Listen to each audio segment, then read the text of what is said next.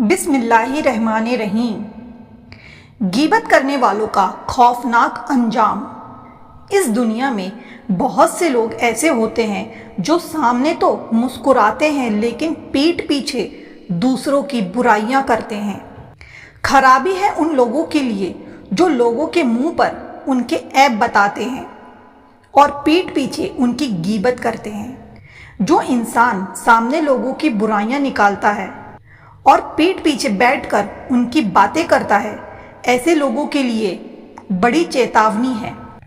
حدیث میں آتا ہے کہ محمد صلی اللہ تعالیٰ علیہ وسلم نے فرمایا، غیبت زنا سے بھی زیادہ سخت گناہ ہے، یعنی غیبت کا گناہ بہت بھاری ہے۔ اس لیے ہمیں چاہیے کہ اپنی زبان کی حفاظت کریں اور کسی کی برائی کرنے سے بچیں۔ اگر کوئی انسان زنا کرتے ہوئے پکڑ جائے تو سماج اس کے خلاف کھڑا ہو جاتا ہے، اس کا سوشل بائیکاٹ کیا جاتا ہے۔ لوگ کہتے ہیں کہ یہ غلط ہے اور اسے برداشت نہیں کیا جائے گا۔ اگر وہ کہیں نوکری کر رہا ہو تو کئی بار اسے نوکری سے ہٹا دیا جاتا ہے، اور اگر کسی بڑے عہدے پر ہو تو اسے پد سے بھی ہٹا دیا جاتا ہے۔ لیکن ذرا سوچئے، غیبت کے بارے میں میرے نبی محمد صلی اللہ تعالیٰ علیہ وسلم کے فرمان کے مطابق غیبت بہت بڑا گناہ ہے، بلکہ اسے زنا سے بھی زیادہ سخت بتایا گیا ہے۔ پھر سوال یہ ہے کہ کیا غیبت کرنے والوں کے خلاف بھی وہی سختی دکھائی جاتی ہے؟ کیا انہیں بھی کسی عہدے سے ہٹانے کی کوشش کی جاتی ہے؟ کیا ان کا بھی سوشل بائیکاٹ کیا جاتا ہے؟ یا پھر اس گناہ کو ہم عام اور چھوٹی بات سمجھ کر نظر انداز کر دیتے ہیں؟ میرے پیارے آقا محمد صلی اللہ تعالیٰ علیہ وسلم کے چاہنے والوں، ذرا اس بات پر غور کیجئے۔ اگر کوئی انسان زنا کرتا ہے تو وہ بہت بڑا گناہ کرتا ہے، لیکن اس کے باقی نیک اعمال ترنت ختم نہیں ہو جاتے۔ مگر غیبت کا معاملہ بہت خطرناک ہے۔ جب کوئی انسان کسی کی غیبت کرتا ہے تو قیامت کے دن اس کی نیکیاں اس کے اعمال نامے سے نکل کر اس شخص کے اعمال نامے میں ڈال دی جاتی ہے جس کی اس نے برائی کی تھی، یعنی جس کی غیبت کی گئی، اس کے کھاتے میں نیکیاں چلی جاتی ہیں۔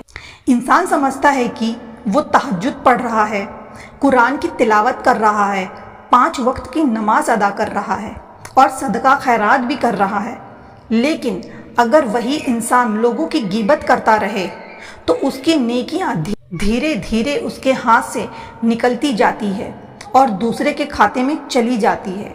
میرے پیارے آقا محمد صلی اللہ تعالیٰ علیہ وسلم نے غیبت کے بارے میں بہت سخت بات بتائی ہے۔ حدیثوں میں بتایا گیا ہے کہ جو انسان بار بار لوگوں کی غیبت کرتا ہے اور دوسروں کی برائیاں بیان کرنے میں مزہ محسوس کرتا ہے، اس کی دعاؤں کی قبولیت بھی خطرے میں پڑ جاتی ہے۔ ایسے لوگوں کے بارے میں ڈر جتایا گیا ہے کہ اگر کوئی لگاتار اسی عادت میں لگا رہے تو اس کے ایمان کے لیے بھی خطرہ پیدا ہو سکتا ہے اور اس کا انجام اچھا نہیں ہوگا۔ اس کی وجہ یہ ہے کہ ایک مومن کی عزت اور اس کی حرمت بہت بڑی چیز ہے۔ اسلام میں کسی مومن کی عزت کو ٹھیس پہنچانا یا اس کی پیٹھ پیچھے برائی کرنا بہت بڑا گناہ مانا گیا ہے۔ اس لیے ہر مسلمان کو چاہیے کہ اپنی زبان کی حفاظت کریں اور کسی کی غیبت کرنے سے خود کو بچائیں۔ اللہ کے پیارے نبی محمد صلی اللہ تعالیٰ علیہ وسلم نے ایک بار کعبے کی طرف مخاطب ہو کر فرمایا کہ اے کعبہ، تیری حرمت بہت بڑی ہے، لیکن ایک ایمان والے مومن کی حرمت اس سے بھی زیادہ اہم ہے۔ بے شک اس بات سے ہمیں یہ سبق ملتا ہے کہ کسی مومن کی عزت اور اس کی گریما اسلام میں بہت اونچا درجہ رکھتی ہے۔ جب کوئی انسان کسی کی غیبت کرتا ہے تو وہ دراصل ایک مومن کی عزت کو ٹھیس پہنچاتا ہے۔ آج افسوس کی بات یہ ہے کہ ہم اس اہم سبق کو بھولتے جا رہے ہیں۔ ہم چھوٹی چھوٹی باتوں اور بیکار کے جھگڑوں میں الجھتے جاتے ہیں، جبکہ اصل سیکھ یہ تھی کہ ہم ایک دوسرے کی عزت اور حرمت کا خیال رکھیں۔ یاد رکھنے کی ضرورت ہے کہ مومن کی عزت بہت بڑی امانت ہے اور اس کی حفاظت کرنا ہر مسلمان کی ذمہ داری ہے۔ جب اللہ کے پیارے نبی محمد صلی اللہ تعالیٰ علیہ وسلم نے یہ فرما دیا کہ کعبے کی حرمت بہت بڑی ہے لیکن ایک مومن کی عزت اس سے بھی زیادہ اہم ہے، تو ہمیں اس بات کو اچھی طرح سمجھنا چاہیے۔ آج ہم دیکھتے ہیں کہ لوگ کعبے کی طرف پیر کرنے کو بہت بڑی بے ادبی مانتے ہیں۔ اگر کسی سے غلطی سے بھی ایسا ہو جائے تو ترنت اسے ٹوک دیا جاتا ہے کہ کعبے کی طرف پیر مت کرو، لیکن جب کسی مومن کی عزت اور آبرو کی بات آتی ہے تب کئی بار وہ احتیاط نہیں دکھائی جاتی۔ لوگ اس کی پیٹھ پیچھے باتیں کرتے ہیں یا اس کی غیبت کرنے لگتے ہیں۔ اصل سبق یہ ہے کہ جس طرح ہم کعبے کی حرمت کا خیال رکھتے ہیں اسی طرح ہمیں ایک مومن کی عزت اور اس کی حرمت کا بھی حفاظت کرنی چاہیے، کیونکہ اسلام میں اس کی اہمیت بہت زیادہ بتائی گئی ہے۔ آج حالات ایسے ہو گئے ہیں کہ عزت اور حرمت کا خیال کم ہوتا جا رہا ہے۔ کئی جگہوں پر محفلوں میں بھی لوگوں کی عزت اچھالی جاتی ہے اور ایک دوسرے کی برائیاں بیان کی جاتی ہیں، حالانکہ سچے عاشق رسول تو وہ ہوتے ہیں جو لوگوں کی عزت کی حفاظت کرتے ہیں، ان کی آبرو کو بچاتے ہیں اور کسی کی بے عزتی ہونے نہیں دیتے۔ افسوس کی بات یہ ہے کہ کبھی کبھی ایسی باتیں ان جگہ تک بھی پہنچ جاتی ہیں جہاں امن اور ادب ہونا چاہیے۔ اس لیے ہر مسلمان کو چاہیے کہ وہ اپنی زبان کی حفاظت کرے اور غیبت جیسی بری عادت سے بچے، کیونکہ یہی اصل اخلاق کی پہچان ہے جس کی تعلیم ہمیں محمد صلی اللہ تعالیٰ علیہ وسلم نے دی ہے۔ اب سوال ہے کہ غیبت کا نقصان کیا ہے؟ حدیث کا مفہوم ہمیں یہ سمجھاتا ہے کہ اگر کوئی انسان کسی کی برائی کر کے فائدہ حاصل کرتا ہے، چاہے وہ پیسہ ہو یا کھانے پینے کی جیسی چیزیں، تو وہ بہت خطرناک بات ہے۔ کبھی ایسا بھی ہوتا ہے کہ دو لوگوں کے بیچ جھگڑا یا مت بھیڑ ہو جاتا ہے اور کچھ لوگ اس موقع کو فائدہ اٹھاتے ہیں۔ وہ ایک کے پاس جا کر دوسرے کی برائی کرتے ہیں تاکہ وہ خوش ہو جائے، انہیں اپنے پاس بیٹھائیں، مہمان نوازی کرے یا کچھ کھلائے پلائیں۔ لیکن اس بارے میں محمد صلی اللہ تعالیٰ علیہ وسلم نے سخت چیتاونی دی ہے۔ بتایا گیا ہے کہ اگر کوئی انسان غیبت کے بدلے میں فائدہ اٹھاتا ہے یا کسی کی برائی کر کے کھانے پینے جیسی چیزیں حاصل کرتا ہے تو قیامت کے دن اسے اس کا بہت سخت انجام بھگتنا پڑے گا۔ کبھی کبھی ایسا بھی ہوتا ہے کہ جب بہت گرم کھانا سامنے آتا ہے تو لوگ مذاق میں کہتے ہیں کہ اسے تھوڑا ٹھنڈا کر لو ورنہ منہ جل جائے گا۔ اگر بہت گرم نوالا اچانک منہ میں ڈال دیا جائے تو انسان کو اسے گھمانا پڑتا ہے تاکہ وہ جلا نہ دے۔ لیکن ذرا سوچئے، اگر دنیا کی معمولی گرمی بھی انسان کو بے چین کر دیتی ہے تو پھر آخرت کی سزا کتنی سخت ہوگی۔ ہمیں اس بات پر بھی غور کرنا چاہیے کہ غیبت کو ہم اکثر ہلکی بات سمجھ لیتے ہیں جبکہ یہ بہت بڑا گناہ ہے۔ اسی وجہ سے ہمیں اپنی زبان پر قابو رکھنا چاہیے اور دوسرے کی برائی کرنے سے بچنا چاہیے۔ یہی وہ نصیحت ہے جس کی تعلیم ہمیں محمد صلی اللہ تعالیٰ علیہ وسلم کی حدیثوں سے ملتی ہے تاکہ انسان اپنے اعمال اور اپنی زبان دونوں کو سنبھال کر رکھیں۔ حدیثوں میں غیبت کے بارے میں بہت سخت چیتاونی دی گئی ہے۔ بتایا گیا ہے کہ جو انسان غیبت سے فائدہ اٹھاتا ہے اس کے لیے آخرت میں بہت سخت انجام ہو سکتا ہے۔ یہ بھی سمجھایا گیا ہے کہ جو لوگ لگاتار دوسروں کی برائی کرتے رہتے ہیں اور ہر وقت کسی نہ کسی کی باتوں میں لگے رہتے ہیں ان کا حال بہت برا بتایا گیا ہے۔ محمد صلی اللہ تعالیٰ علیہ وسلم نے لوگوں کو سمجھایا کہ غیبت کرنے والا اصل میں دوسرے کا نقصان نہیں کرتا بلکہ خود اپنے لیے نقصان جمع کرتا ہے، کیونکہ قیامت کے دن انسان کی نیکیاں اس کے اعمال نامے سے نکل کر اس شخص کو دے دی جائیں گی جس کی اس نے غیبت کی تھی۔ اس طرح دیکھنے میں لگتا ہے کہ انسان اپنے دشمن کو نقصان پہنچا رہا ہے، لیکن حقیقت میں وہ اپنے ہی اعمال اور اپنی ہی نیکیاں کو کم کر رہا ہوتا ہے۔ اس لیے سمجھداری اسی میں ہے کہ انسان اپنی زبان کی حفاظت کرے اور غیبت جیسی بری عادت سے خود کو دور رکھے۔ غیبت کا نقصان کیا ہے؟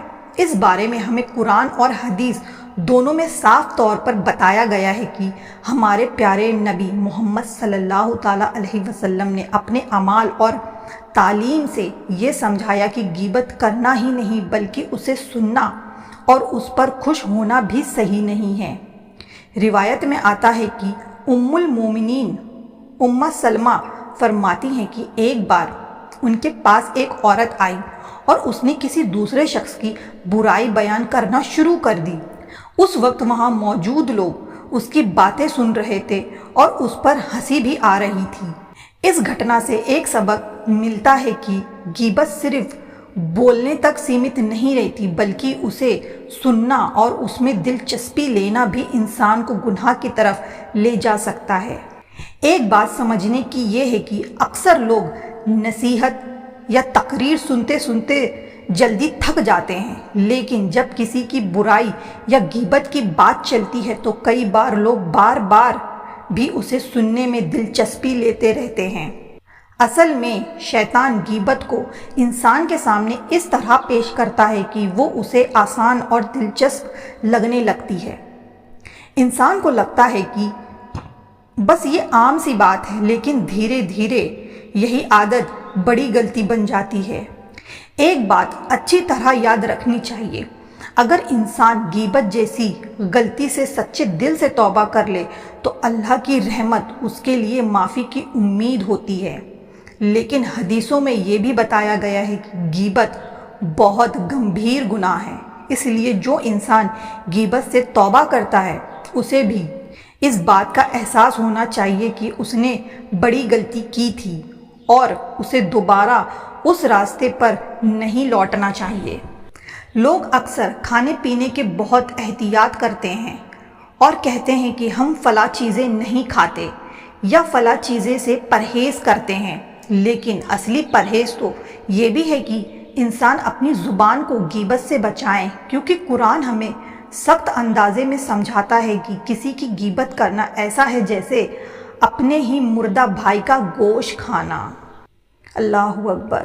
یہ تعلیم ہمیں قرآن کی آیتوں میں ملتی ہے، خاص طور پر سورہ الحجرات میں، جہاں مسلمانوں کو غیبت سے بچنے کی تاکید کی گئی ہے۔